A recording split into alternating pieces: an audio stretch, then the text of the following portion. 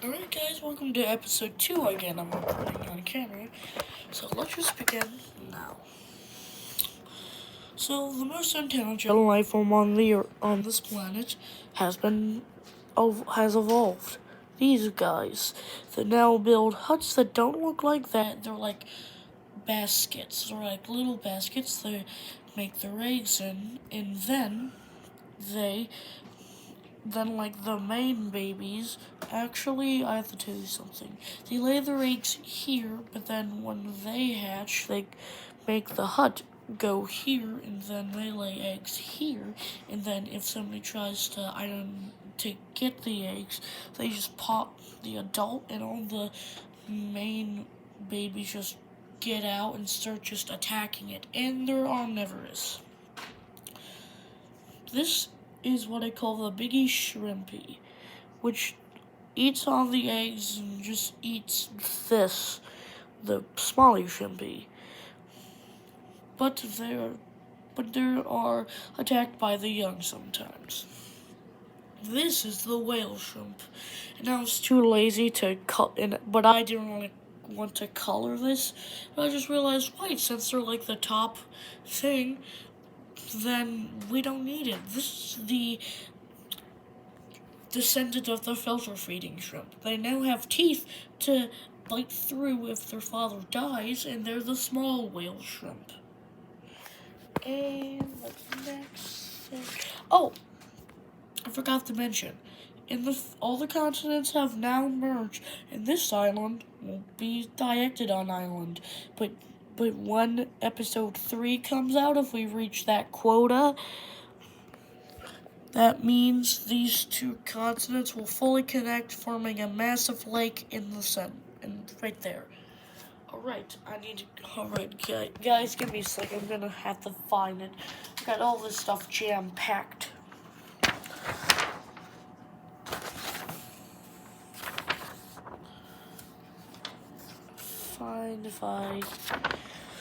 Give me a second. Alright, guys, I don't know if I got it or not. We're basically just focusing on the Diictodon Island.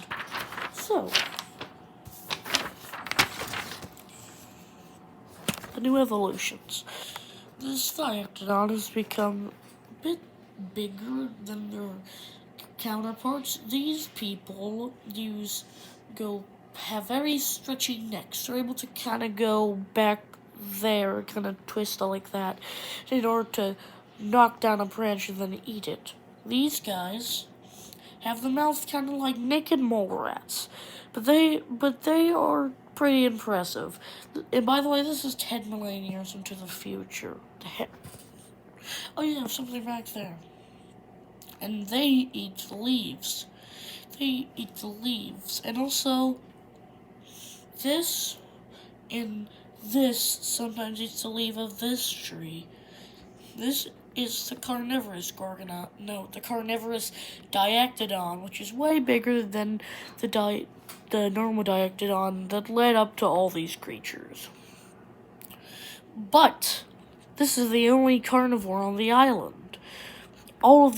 There's trees like this all over the island.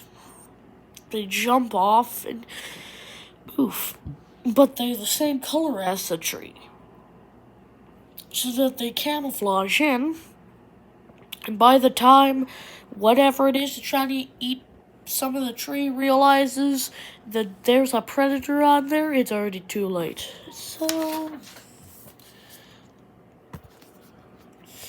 this is a herbivorous kind, which has teeth like that in order to easily chew through the new duckweeds and now just go all across the tropical areas of the world.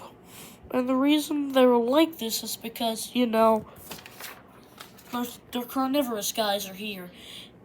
And they're not really good swimmers, but they can still eat this. This thing has a horn on top.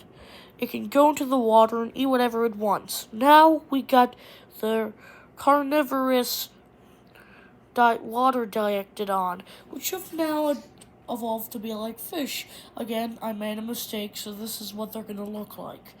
And of course, we get a big surprise again with the smallie shrimpy.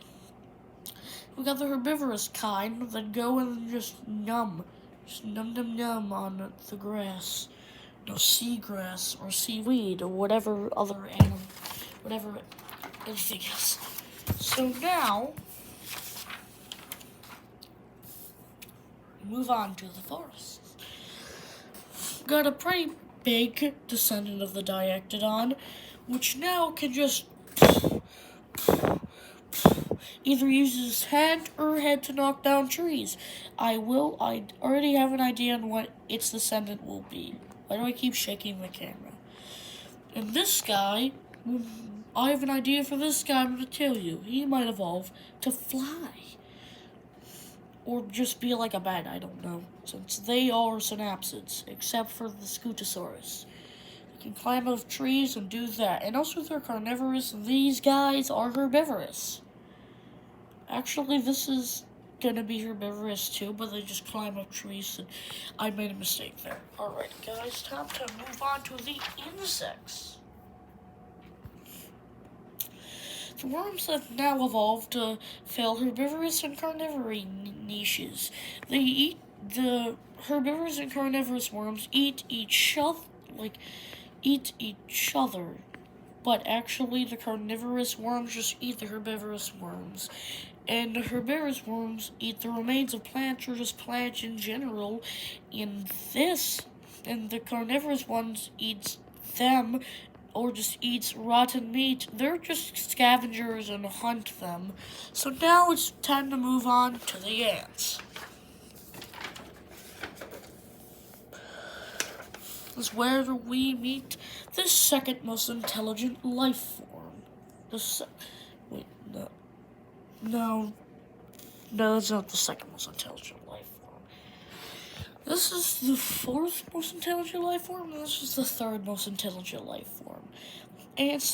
Some ants develop stingers, and they're all white, because most of these ants are quite stupid, so they can't really determine what color is either their enemy or their own kind. So since they can't determine that, other than these two guys and the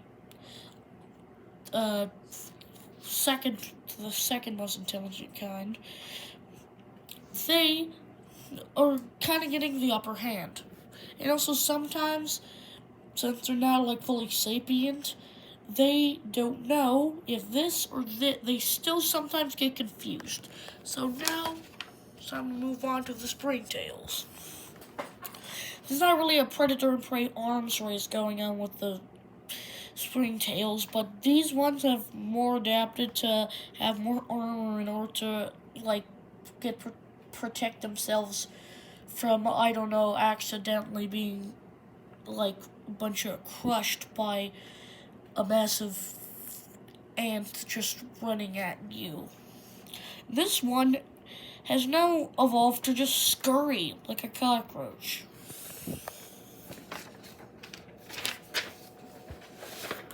Right now we have the last insect, the spiders. It's where we meet the second most intelligent animal, which have now developed thick fingers to actually grab at things. And we also got these ones that actively hunt out prey if they don't get trapped in their spider web. And remember, they're all white because some of the most intelligent ones are going to determine. So this guy is able to determine this, and basically every insect. Some of them have developed a poison stinger at the back. This guy actively hunts, and maybe in the future his descendants could use this as actually this is going to be a web thing. This is currently just a horn or a spike, but maybe in the future its descendants could have that spike to be kind of like a mosquito proboscis. Is there anything else?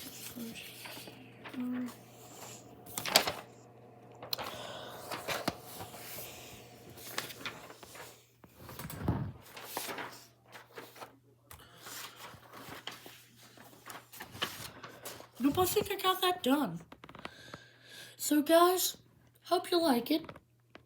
And also this was inspired by Assisting Survival by madly Mesozoic and many other kinds that bring extinct animals back and maybe put in like fantasy worlds or just different time periods in Earth's history. I really like it when you put the gorgonopsid in the Cenozoic era, madly Mesozoic. So hey, that's most likely why I decided to do this. So shout out to everyone that inspired me to do this, and bye bye.